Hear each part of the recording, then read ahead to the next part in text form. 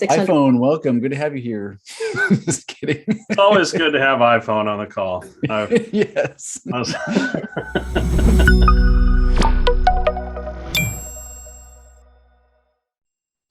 Oh man, oh man, oh man. Well, this is a topic that is actually, let me bring my screen up here. This topic of LinkedIn data. Yeah, it's kind of funny because I have done some training, which I call, I'm going to say like regular people on LinkedIn. And some of the data, I sometimes work with career changers, but this amount of people have changed their jobs in 2020, and I think there's more in 2021. So why does that even matter? Who cares, right? Well, guess what? Your network, you might have connected with Isaac when he was at Zico, and now he's at Abound. And whoa, I didn't know that. So there's a lot of information that is revealed in your database. So, and here's the thing, I teach a lot of what I call regular users, and as we know, out of, what is it, 800 million LinkedIn accounts now, only 40% actually log on, right? And out of those, only about like 3% are actively engaging. Huge opportunity, but there's a majority that have never downloaded their data. They didn't even know they could. It's like, wow. And the ones that have downloaded haven't done it in a couple of years. It's like somebody just told me, I was doing a survey and they said, oh yeah, I'm waiting till I get a new computer before I download my data. It's like, okay, that's cool. So here's the case. I'm going to make the case of why you want to do it. This has always been my thing, is LinkedIn is a rented platform. So guess what? They get to make the rules. When GDPR and CCPA, California Privacy Act, came out, that's when emails were no longer able to be captured, and that was like a wow, because it's kind of good and bad. Now you have to opt in. What if you get suspended? I mean, it's been happening for no fault of people. I mean, some people are bad actors, but other people, they may have been just too efficient on LinkedIn and they got suspended. What if you get hacked? Holy crap, imagine if you don't have your LinkedIn account and your data, all of that gone. Whoa. So here's the thing. Anytime you're doing any changes to your profile, you should always have a copy of your profile. And the very easiest thing you can do, and I'm showing you the path here, so if you just want to screenshot that or wait for the recording, just download your profile as a PDF. And anytime you make major changes, I either screenshot it or I'll do another PDF, but that's just a common practice, okay? And I highly recommend that. The next thing is managing your data, okay? And this was an aha. I looked at this and I was like, oh my gosh, there's 63 pages here about all the things that have happened in my account.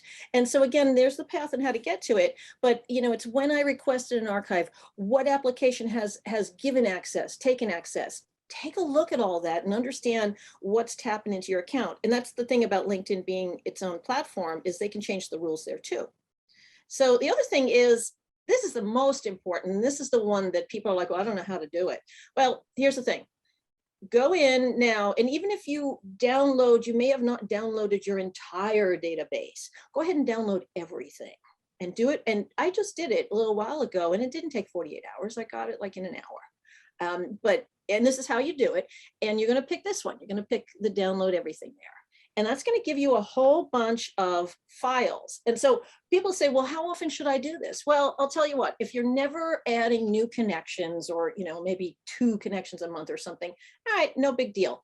But if you're active and you're adding connections, then I would correlate that with your activity level. Okay. Like I said, your connections change jobs, they take on new roles, they relocate. This is all great, great, great information. You can use what you see from your data to engage with your network. And I already talked about the PDF. So here's what you get in a full archive. This is just like gold. Okay, there's so many things in here. So I'm going to dive into a couple of the more relevant things. But this is what the expanded CSV looks like when you do the download. So your connections, this is probably the most important one. And you want to stay top of mind. I mean, when I work with clients, we have uncovered business opportunities just by going through the connections and re-engaging.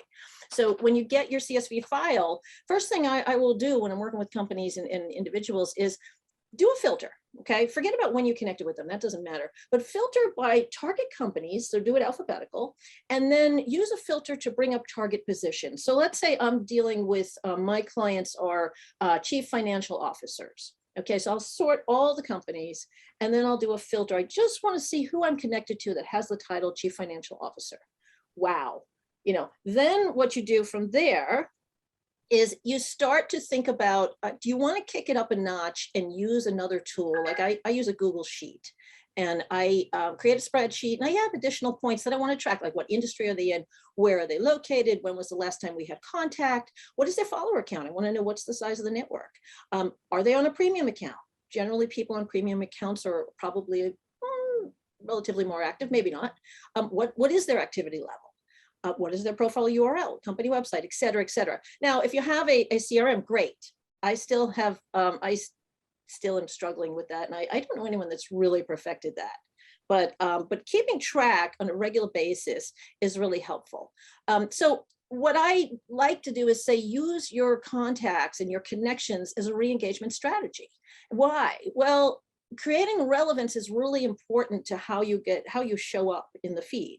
So if Monty and I are messaging and we're connected, and now Monty shares something, there's a higher likelihood, because we have relevance, and maybe I'm engaging with his post, whatever, that his content will show up in my feed, vice versa. It's also a way to uncover opportunities that you might not have known existed. Offer to make introductions to your networks. Like, oh my gosh, Isaac, I think you should meet Monty. He lives in Kansas City. You guys should talk. There you go.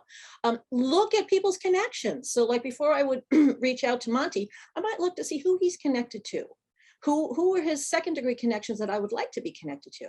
You can use it to build rapport. That's what I call elevate, elevate your visibility, expand your network, and engage.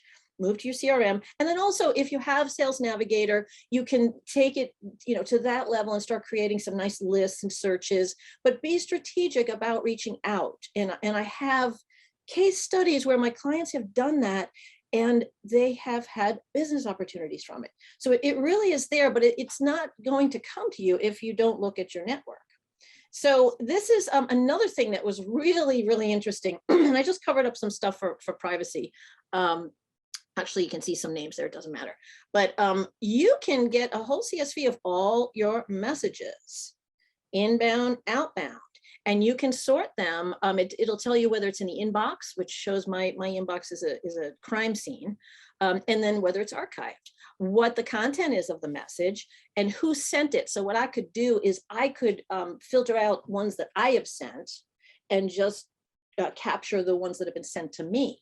There's also an ID number, and I tried to correlate that in Salesforce, and it didn't work. We were trying to merge things. It was hard to really manage that. But this is a really good thing. You can search by keyword. You can keep track of things. So if you're good with spreadsheets and stuff like that, you can really use this data. But I like it because I can see who I've been conversing with.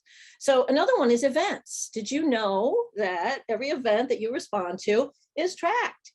And I can see ones that I'm not attending or attending, and if the URL is available. So there's a whole bunch of data in that CSV. The other one is recommendations given and received. Oh my gosh, imagine if you lost access to your account and you lost all those recommendations. Wow, that is not good. So, and you should, by the way, if you're not asking and giving recommendations, you should be. That's a good thing to do.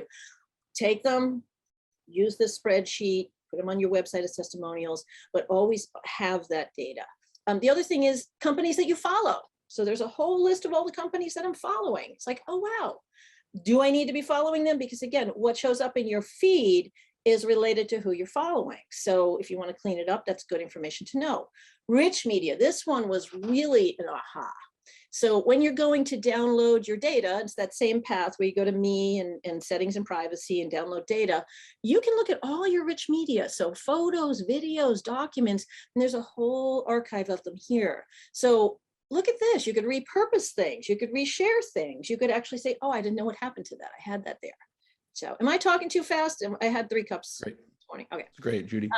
Yeah, here's another one that's like, Ah, wow. Remember when you were in Las Vegas and you were signed in there, and then you were in Florida and then you were there? Or maybe there's a session that is not something that you recognize. You should be checking your active sessions. Now, this isn't something that you download, but it's something you should be aware of. So you really, one of the things that flags LinkedIn is if there's too many active sessions from different IPs, that could indicate multiple people using an account or the account's hacked, but definitely keep an eye on this. And again, that's the path of how to get there. Permitted services. This one was an aha. I didn't realize at one point I had like 27 connected apps. And that's where if you're using something like a Chrome plugin or something like that, you really want to go back and make sure that there's nothing inadvertently connected to your account. So you want to keep it clean. Okay. And that's how you find it. You go into data privacy, other applications. The next one is connect with me and ask questions. I'm going to conclude now and turn it over to the group here, but I hope that you found this interesting, and I'd love to start a dialogue about this topic. So thank you all. Did I do it Judy, in 10 minutes? Boom. Yeah, you were great. Judy, thank you so much. I have a question for you. Yeah. So actually, I have a couple questions. I'll only do one here so I don't steal the show. Do you know when you do the full archive data download, if they give you anything that lives in Sales Navigator? And I'm thinking specifically like an account list, a lead list, or anything that's in the Sales Nav inbox. Is that totally separate? I don't know how to get that. I think LinkedIn is good at getting data, like capturing data in it, but it's very hard to get out. So I Yeah. haven't seen that. And what I showed you on that screen with the, if you want me to bring it up again, I will. That's what I got in a full download. What was the items here? Let me bring it back up so you see it. Where am I? I'm there. Okay. So what I got was, hold on a second. Let's go back here. So it was this. That's what I got. So, and again, there's ad targeting, I didn't pull that up because I'm not doing ads. That I don't know if that gives you, but you have all this other stuff, but no, nothing about, wouldn't that be great if we could get like the lists? Yeah. I don't know. Yeah, I was just curious. There's no download section in, because Sales Navigator and Recruiter, they have their own settings as well. Yeah. And there's no download option in there. And I hadn't seen anything in the normal download, and I wasn't sure if I was just maybe missing it. So it's good to know. It would be really awesome to have that, but I don't see it. Yeah. Okay, I got another question, and then sorry. Yeah. So Judy, in the contact export, yes, after GDPR, the majority of your contacts emails will not be included in there. Do you have any advice for the group on how to get their full contact export with emails that are on profiles? Well, the only way that I have done it in the data that I've collected is if they have their profile. So let me just open it up here. I'll bring up my profile and I'll show you. If they have it, you can see it sometimes on a public facing profile, but if they have their data, and again, I'm bringing mine up here so you can see it.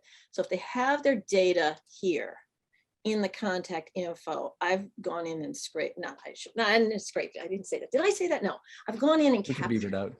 But I've created, because I have the G Suite, so I just created one, and you'd be surprised at how many emails I get that I haven't really opted into that are using that.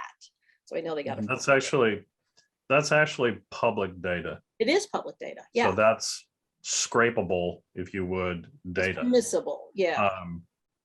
Meaning anybody can capture it. That's information there that you are opening up to the world and saying you can have it. I think that the email is only visible if you're signed in, though. I think that's one.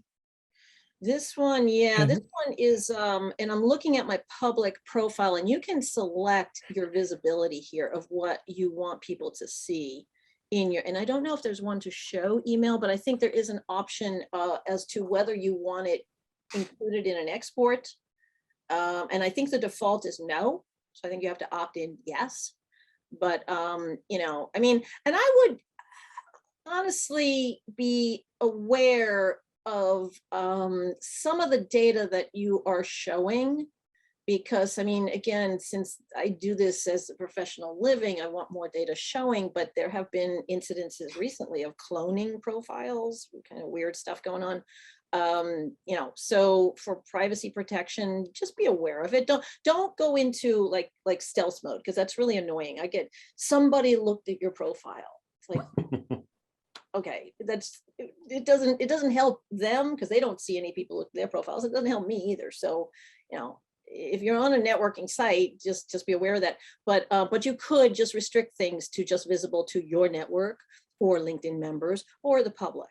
So, and again, if you search your name, like if everyone types their name into Google search, or whatever search you use, your profile is probably going to be one of the first 3 results. You know, your LinkedIn, if you have a LinkedIn account, obviously, I think everyone here does. So yeah, can we put in a request to LinkedIn? We want to export our Sales Navigator data. Yeah, that would be fantastic. They're on that right away, just after they do the inbox. By the way, that contact information on your profile that you put out and make public, data aggregator companies like ZoomInfo, Seamless AI, they scrape all of this. That's where they go and get all this information to update the database that they give you. Yeah. Yeah. And that's another thing is you should, as you're going through your, you know, I look at my profile at least every couple of times a year, quarterly. Make sure you know, if you've changed jobs or anything like that, that your websites are correct and your contact info. So yeah, I mean, that's good. That's really good. So there's all my contact info. All right, any panelists have any thoughts, questions, or comments for Judy? Judy, can you share that again? Oh yes, I'm sorry. Which one? Just go to your profile settings.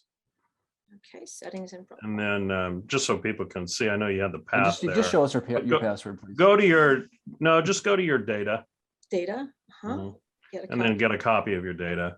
Yeah. You know, so you can get right there, you can see, you can download an entire archive, That's what I did. or you can pick and choose from different things that you can download specifically. So when you download your data, are you just picking specific things like your connections? Like if you do this regularly, or are you just downloading a full archive? Well, I have a couple of strategies in place. One is that I want to get at least one recommendation a month. And so I will download my recommendations quarterly. So I have that. Connections I'm going to do monthly is good for me now. If I have a, you know, if I'm doing a convention outreach or something like that, I may do it, you know, more frequently.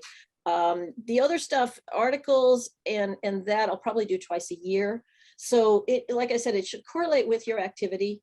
You know, and I use a tool called Shield. So that's capturing my posts, which John Spirian told me that you could download your posts here, but I'm not finding it. And I think it was called something, and it was, I think the last I had was 2019. So they may have made that not available anymore.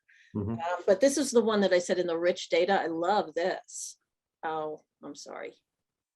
Don't push show. I'm not going to do that. No, the password, it's going worldwide. Anyway, that's where you can find your rich data. Hold on, I'll do that offline here for a second, because I really don't want to, you can understand, right? Well, I don't want to. Yeah, totally. Yeah, for sure. So one of the primary reasons to download this, we zipped by very quickly, but it's actually pretty easy to lose your account, have your account stolen, have your account frozen, all these other different things with LinkedIn. I just had a lady reach out to me last week. Another guy group chatted her in with me, and she had for the sake of working on some ads or doing some things with her employer, created a secondary account. Ooh. And once she had done this, whatever she was doing had come to an end, she deleted the account. The problem was she accidentally deleted her primary account that she uses for her on her personal site. Well, LinkedIn I told her, here's the steps you take, go to LinkedIn Help, explain, that you accidentally deleted your account and everything. They came back and said, sorry, you deleted your account. I mean, so if you delete your own account accidentally for whatever reason, you're not going to be able to get it back. So it would be very beneficial to have all of that data, because then you can just upload that when you start a new account to try and get those contacts back. But if you have nothing, it's gone. One thing to keep in mind too, with the invite limitations now of 100 a week, give or take, and an average, I'm just going to throw it out there, 35% average, some less, some more. I have, I don't know, 8,000 connections. It would take me years. I mean, I've had this account since what, 2009 or something? Yeah. I mean, it would take years to bring back all those connections. So, and if they'd even accept, who knows? But right. So, finally got rid of her. Yes. Yeah. And by the way, I don't remove connections. I mean, unless they have, nefarious behavior on LinkedIn, I generally will just unfollow. I'll keep a connection, but I'll unfollow so it doesn't clog up the feed. I don't believe in removing them, especially like I had a big concentration in Austin because I worked for the Chamber of Commerce. And so, I connected with every business. So when I moved to New York City, I was like, well, do I need all those connections from Austin? Guess what? There's a handful that actually moved to New York, a handful that moved to the West Coast, handful that moved other places. It was like, oh my gosh. So it was really beneficial to stay, and keep them in my network. So. Judy, do you know if there's any data aggregators that would basically suck all this data in, group all of that data by title or by location, so on and so forth, and give you some, some business intelligence around that data? Have you heard of anything like that? Not that complies with LinkedIn terms of service. I just mean once you download that data and that you can update that data into. I have not seen it because they don't tell you the industry somebody is in. They don't tell you the location. So when I look at my connections, I'm just getting, five or 6 points of data: their first name, their last name, their position, their company, and the date we connected. And there's a field for email, but 90% of that's blank. So it doesn't give industry, it doesn't give location, which I would find really valuable. Yeah. It doesn't give follower count. So I have, on my team, I have a VA that goes and looks that up, manually. And records it that way. So when I'm building or, sort of pseudo CRM, because the CRM doesn't track it properly, I'm able to sort and filter, and, if there's specific campaigns that I'm running, a campaign, I should say initiatives, because it's not really, campaign is like in an ad sense. This would be like an initiative. But no, I try to, stay really below. I don't want to get on the radar of any bad activity. And I try to practice that, in doing things, because again, having that information, I think I would love to know, like, geographically, but there's a way, you can go into LinkedIn. And so say I have a trip, say I'm going to San Diego, right, which I should have been in right now. And I want to know, so you can go right in there and find it. I think we had talked about this, San Diego. So, this is another way to do that. Now, it's not as elegant and I want to know my first degree connections, and I'm just going to keep it pretty broad right now. Yep. Okay, who do I have? Yep. Okay, I got 125. So now I can narrow it down and say, oh, okay, so let me pick people that are in, whatever industry or any of this stuff. And this is all on the free version, by the way. So you can look up, let's say industry here, or if they, went to a particular school, current company. I want to know connections of, let's spy on Mary Fame's connections. I want to know. We should, and if you don't want to, I will. We should talk about the S word. And this we is should great. talk about the S word here in a little bit, because I think that there's a lot of people here that are going to, regardless, do the S word. What's the S? Data. Yeah, but I tell you what, I mean, it's not worth it to get it's like, what's the term? I'm going to hurry up and get all this stuff. And then you do risk. I tell you, LinkedIn is owned by Microsoft. There's billions of dollars. They have very high paid engineers. They know exactly what's going on. So, just be careful, just be really careful. But again, so I want to know who Mary's connected to that I'm connected to. There's 31 people in San Diego. Now, if I want to take it further and I want to reach out to Mary, I want to have a conversation with her. Let's say we have a call scheduled. Oh, what am I doing here? Hold on. Not in San Diego. So let's see here. So I want to look at, okay. So when this happens, it may be pulled back too much.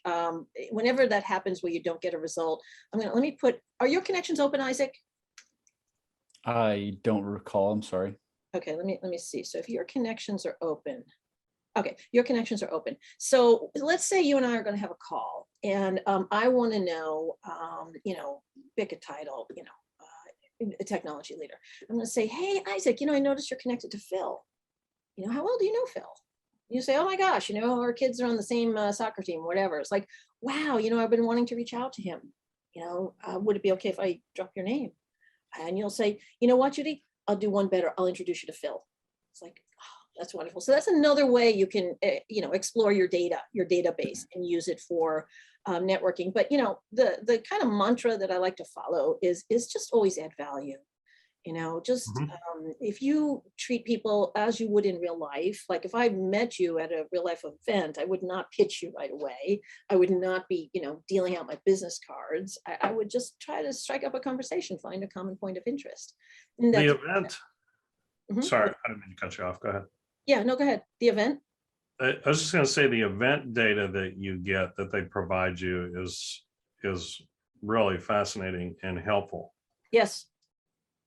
Because you can create a lot of strategy around just the data that they provide. The event data. And then there was another one. There's another one I didn't put up here, but skills. Skills are kind of interesting if you want to look at keywords. By the way, there's other things here. Let me just bring something else up here. So if you look at your profile and you go to home over here, you can see right here the groups that you belong to. All of them. You can see the events that you have signed up for, and then you can, whoops, what's going on here? I want to see the followed hashtags. You can look at the hashtags that you're following. You can look at, when you click on that, then you can see the newsletters that you're subscribing to. You can see the pages that you're following, and here's where the events come up. Here's where the groups are. So this is really interesting. And again, if you're following these things, like I'll look at connections, and I will look at who the connections. There was something here where I was looking at followers. People follow. Okay, so it's this one. So I have 47. I have pared this down a lot. I have looked at this and said, okay, these are the people following me. Am I following them back? And then I looked at my followers, and you can go through this and again, look at your connections, look at add a network. But when you connect with somebody, you're automatically following them. So a lot of times if they're not active or I don't want to clog up the feed, I will then go back and unfollow. But again, that's sort of mindless activity where you're just there doing something else and you're just unfollow and follow and follow, or follow, vice versa. But I think just having all the data here, it just makes your overall experience better on LinkedIn. So if you have access to, you look at this and say, oh my gosh, I didn't realize I was following these hashtags. Why am I following, inbound 2020 when it's like inbound 2022, right? So you can go in and clean this up, because again, what you see in your feed has a correlation to who you're connected to, who you're following, and other signals that you put out on the platform, because it is using an artificial intelligence calculation there. So I think it's worth pointing out as well, we have in the title today, I think this is actually very important for everyone to realize. We have in the title, it's like, quote, your data. Yeah. But there's a legal precedent, I forget the case, it was like a long time ago in a telecom case, where the world that we're living in now, when we use a platform like this, it's actually not our data. Like they like to use it's your data, but it's legally, it's LinkedIn's data. They're letting you have access to some of it, but it's their data. So when you use a free platform like LinkedIn, you're the product. You are the product. They're monetizing you. That's why it's free. And so I think that's important for us to realize is LinkedIn can give it and they can take it away at any time because it's Anytime. their data. You are providing them with data, but they own it, and you can download it. You can get a copy, but they can give it, they can take it away, and you can't do anything about it because it's legally theirs. And the government can come and ask for it. They don't ask you for it. They ask LinkedIn for it because LinkedIn owns it. So I think that's important. You can clear stuff out, but they still save it. Like you might not have access to it, but they still save it. So it's their data. Always there. It's always, don't fool yourself. It's always there. Yeah, and then kind of piggybacking off of that, it's like LinkedIn's building this huge user profile off of you and the information that you're inputting. Sales and marketing companies, what they like to do is grab the full data export, including like phone numbers and emails and stuff, and try and monetize it in the same way that LinkedIn does. And so there are a lot of people who are going to watch us later, and what they'll want to do is they'll want to take their first degree connections and maybe advertise to them on one of several channels, maybe Facebook, maybe Google, maybe on LinkedIn. And so what you could do, and this is not against the rules at all, actually, if you are wanting to advertise on LinkedIn, one way that you can take your data, like the download, and actually use it in total white hat, best practice, not breaking any rules, you can create a custom list and upload the first name, last name, title, and company that you get from your profile download from the connection CSV, and that LinkedIn will find a match. And so if you want to advertise, if you want to pay to play on LinkedIn and be specific with your first degree contacts, you can do that, and it'll be a really, really tight targeting. If you want to take the data and do like a remarketing list or a lookalike list, you're going to need the email. And so just to put it out there, what a lot of people do, we're not endorsing it, we're just saying this is common. People will scrape their first degree connection profiles to get that email. And then they will use that more full data export for a number of things like email marketing, again, whether you like it or not, it just happens. So if you're wondering how you got on a list, they'll use it for a lookalike audience. They'll use it for a remarketing audience. They'll do all kinds of stuff. So if you're watching this and you're looking for how to take your data and use it, you can do a lot of things with it. Just keep in mind, no one likes bad players, I think is the. Yeah, it takes a long time to build trust, and it takes a second or two to break it. And so I have a suggestion that so as people download their data, imagine you're within a group of consenting users where, whether you're in an organization or within a marketing group, you can take and push all that data into Power BI. And Power BI would be an excellent tool to help aggregate all, multiple users' data to draw correlations. So if you're good at building dashboards in Power BI and having an ability to relate first degrees to second degrees and so on, you can take 5 user sets of data, for example, within a company, have them export it, and then folks like Isaac or other folks in the group can build out a Power BI dashboard and help that company aggregate the data in such a way that you can build some business intelligence out of that. Now that all those people who are willing to provide that downloaded data for the effort of sales and marketing within the company, I think Power BI would be a powerful tool to help draw some relationships between. Doug, you could be a really rich man if you offer that service to people, because I've seen that, especially with some clients that I work with that have multiple partners and they want to share that information. Power BI is a Microsoft product, right? It is. Yeah, so it should play nice with LinkedIn. It's a Microsoft. Well, it works great with CSV files. You can, in fact, Power BI, you can hook it up to unlimited amount of databases. So there's other public databases out there that you can connect to Oh, do wow. relational. So just think of being able to tap into any public database, and then let's just call 5 users and then just associate it all. There's a lot of work you could do in Power BI that would support building out business intelligence specific to your company. So wait, Doug, Or- you're saying, Or a group of, or let's say you have a marketeer group like the one here, and you guys wanted to share data and exploit it, not exploit it, but leverage the data to something that's helpful for the group. Everybody can opt in, and then somebody who has some Power BI background, they can start aggregating that data and building the relationships.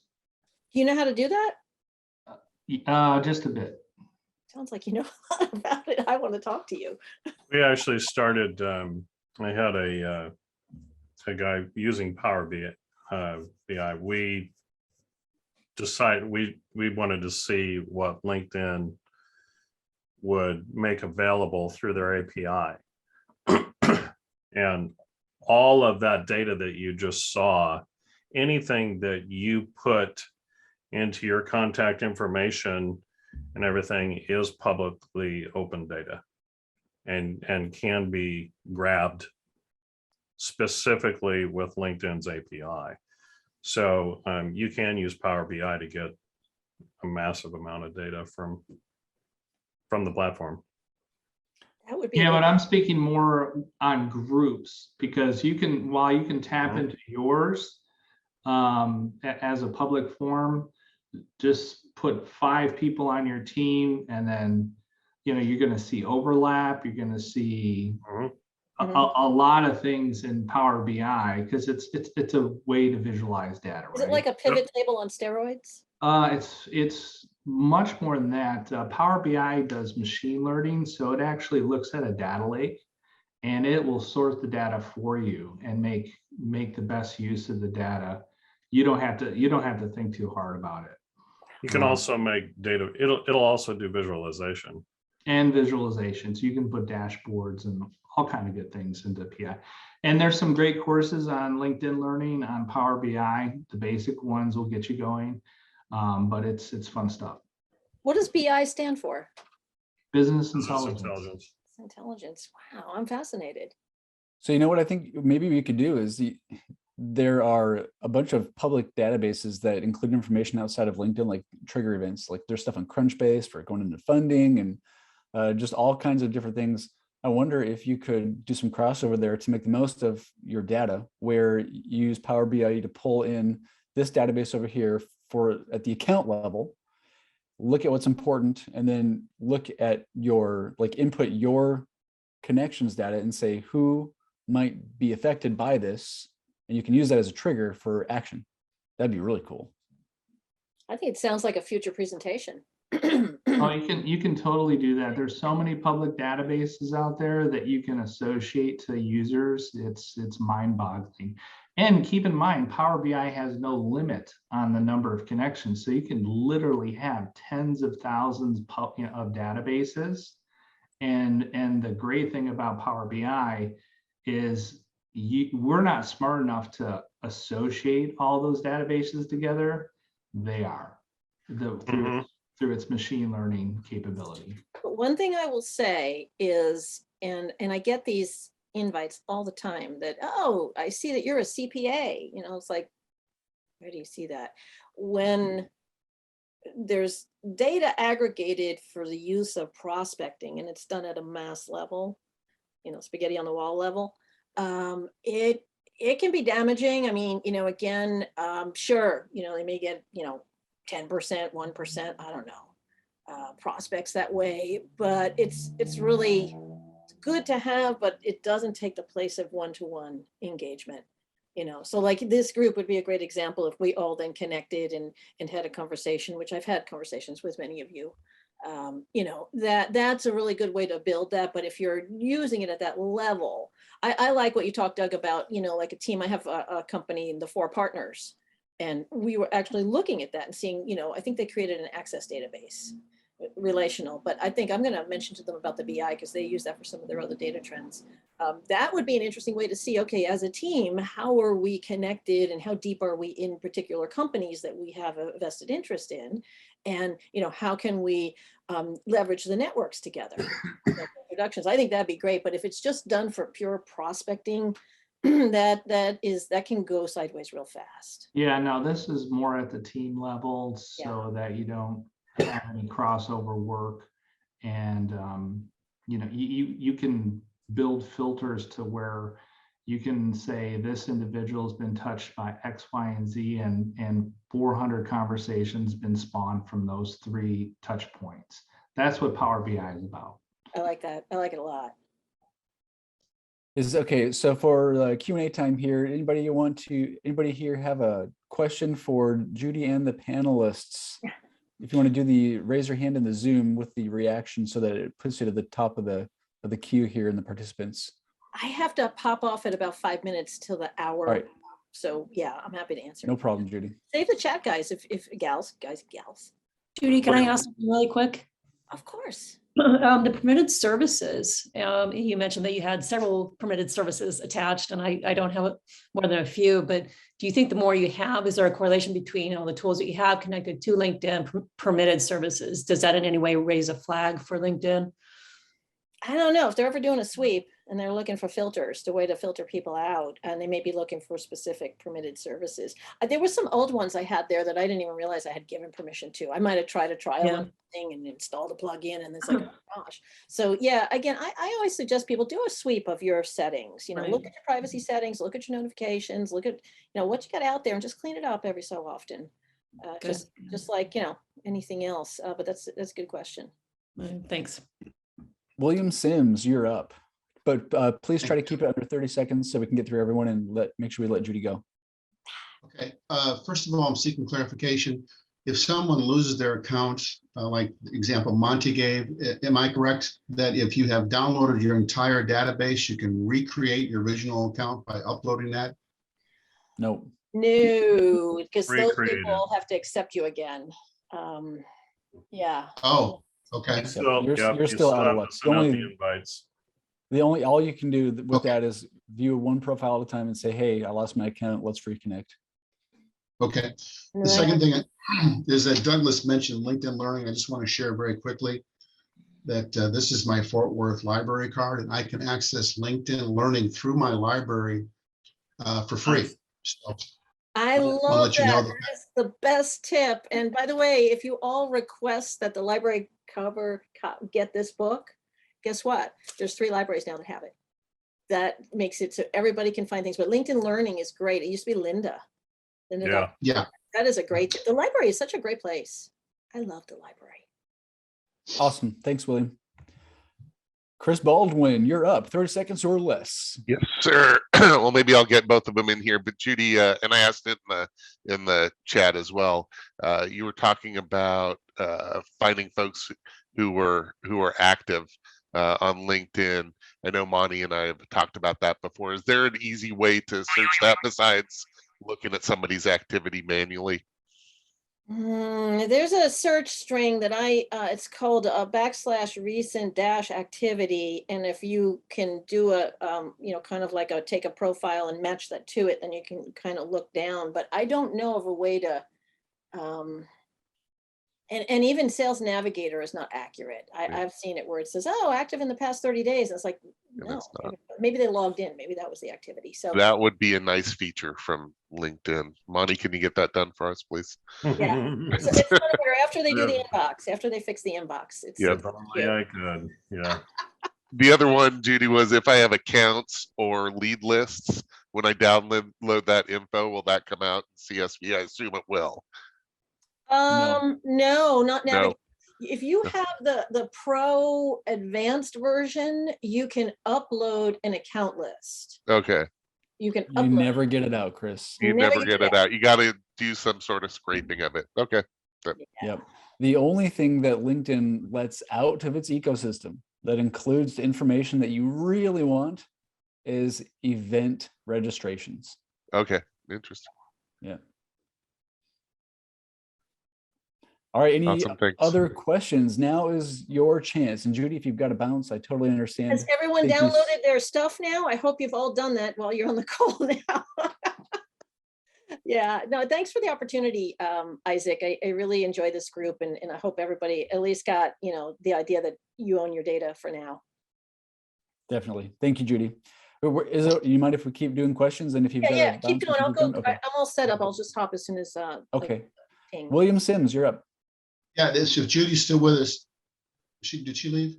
No, I'm here. Yeah, I just wanted to, how did you manage to go from 8,000 connections to 34,000 followers? That's a good question. I don't know. I have it set at creator mode, and I published a book, and I don't know. Maybe people just saw me on Isaac's Abound, or through. I don't know. I don't accept many connections. I mainly do my outreach. Very few will I accept inbound. But that's a good question. I think the better question is, how long did it take? Couple of years. I mean, again, I formed my business officially like in 2018. So, I've been hawking LinkedIn since 2018, and I give a lot of presentations and stuff like that. So, and like I said, I don't normally accept a lot of invites unless people, take the time to personalize it. So, yeah. You can I think one of the most valuable ways to take your connection data and use it in other places is to find lookalike audiences. If I'm saying that from the lens of a sales marketing guy. Yeah. So if you have these 10 data points on your first degree contacts, and you know that they're in this town or in this industry, or they have this kind of role, and you want to plug that information into another big ecosystem like Facebook or Quora or wherever, where say, take this data and find people like this group of people, that is like a really fantastic resource, because you're taking a very small thing here with a lot of data and saying, now I want to take that and go, boom, open up these 500,000 people to try and reach through sales marketing. But you couldn't get that narrow targeting without that original data set. So that's in my mind one of the most valuable ways to take that off of LinkedIn and use it in an intentional way for sales and marketing. But you just have to make sure that you're not breaking any rules, of course. But yeah, go ahead, Jim. Oh, you're muted, sir. Sorry, I was swearing there. I'm one of the guys who does not get Twitter. Okay. But I do, and I understand why you need to have a Twitter account. And I do postings. I try to do them at least once or twice a week on LinkedIn. Normally I follow some newsletters and I copy articles from the newsletters and I put it out on my LinkedIn network. And it gives me the ability to also send that to Twitter. Do you see any value in somehow tying your LinkedIn and Twitter account together? And I have no godly idea how to do that. And I have, by the way, I have no idea why I would want to know how to do that. Well, yeah, let me, because I'm going to pop in a second. I do use Twitter, but the couple of things you can do with Twitter, and it really depends on where your target audience goes. So I do have a target audience that is on Twitter. It's a lot of colleagues and other marketing experts in the media. So meaning trade media in specific industries. So I use Twitter for three main purposes. One is I create lists of like, I want people that are going to a conference. So I'll maybe create a speaker list. And this way, then I can follow that feed and see what they're talking about. So if I'm looking for content ideas, I can pull it from that. The second thing I do is I participate in a couple of chats. Chats are usually done through hashtags, and they're live where you can respond to questions and stuff. So the chats are really, again, great sources for content and great engagement. And then the third thing is I might reach out to a publication editor and pitch a story that way. And this way I can have a direct connection with them. I'll either do that through Instagram if they're on Instagram, or through Twitter. So that's how I would use Twitter. Otherwise it's a lot of noise, and a tweet is kind of like a post. It's ephemeral. A tweet lasts, what is it, even 12 seconds. 12 minutes, I don't know, a minute, 12 seconds. 12 seconds. It's here and it's gone. So, certain things, it can be very noisy. To me, it's like a radio with a lot of, static. So if you use lists, you use hashtags, and you engage with the people in the list, like have deliberate purpose for the list, then I think you might find a little bit of value in it. The other thing is the reason to tie your accounts together is when you post on LinkedIn, you can also post, it'll also go directly to Twitter. So you can. Yeah, I actually post do to that. Twitter.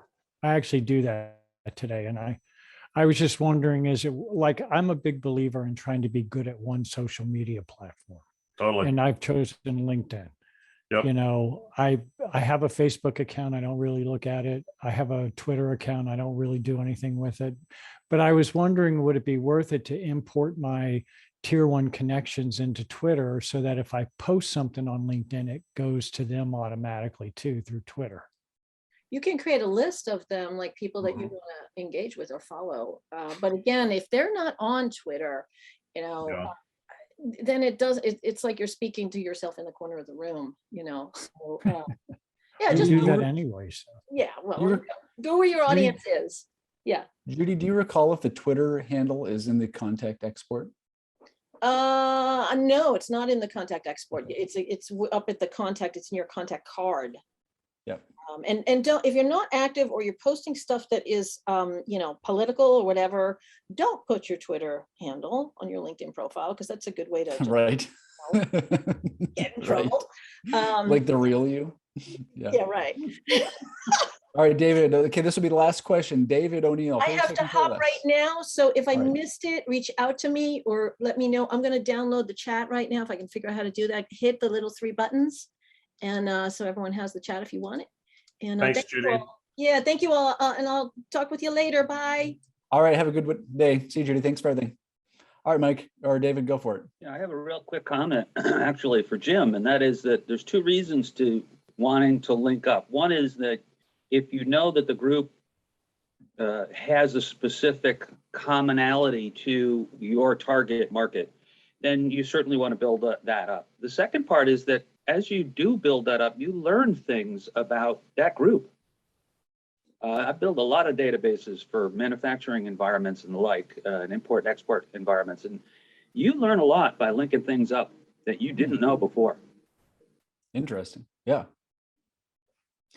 That's really interesting. David, good insight. Go Power BI. All right, everyone. Well, let's call it a wrap. Next week, we're doing back-to-back guest speakers. So next week, we're having Judy Parsons share on Beware, do this before accepting invites. So that should be fun. And she's got an awesome English accent. So pretty excited about that. We'll see you all next week. Thanks, everybody. Bye, everyone.